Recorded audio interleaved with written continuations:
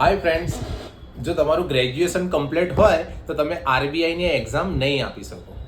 હા, આરબીઆઈ દ્વારા office એટેન્ડન્સની recruitment declare કરવામાં આવી છે, જેમાં 10th પાસ એટલે કે મિનિમમ ક્વોલિફિકેશન 10 પાસ રાખ્યું છે અને મેક્સિમમ ક્વોલિફિકેશનની અંદર અંડર ગ્રેજ્યુએશન રાખ્યું છે. ઇટ મીન્સ કે 10th પાસ અને 12th પાસ વાળા કેન્ડિડેટ જ આ એક્ઝામ્સ આપી શકશે.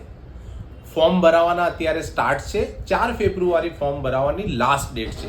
એક્ઝામની ડેટ પણ ડિક્લેર કરી દીધી છે. 28 ફેબ્રુઆરી અને 1 માર્ચે તમારી એક્ઝામ રહેવાની છે. એક્ઝામ ઓનલી વન ફેઝમાં છે.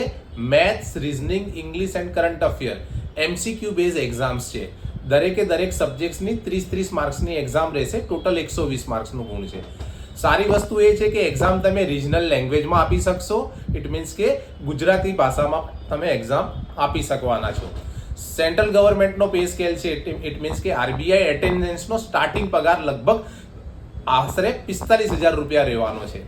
જે પણ વિદ્યાર્થીઓનો 10મું પાસ કે 12 પાસ છે એમની માટે આ ગોલ્ડન ઓપોર્ચ્યુનિટી છે.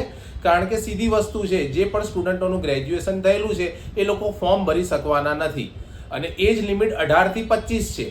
માટે જે પણ કેન્ડિડેટની 18 થી 25 પ્લસ જે તે કેટેગરીને જે રિલેક્સેશન મળે છે એટલા લોકો જ તમારી કોમ્પિટિશનમાં છે.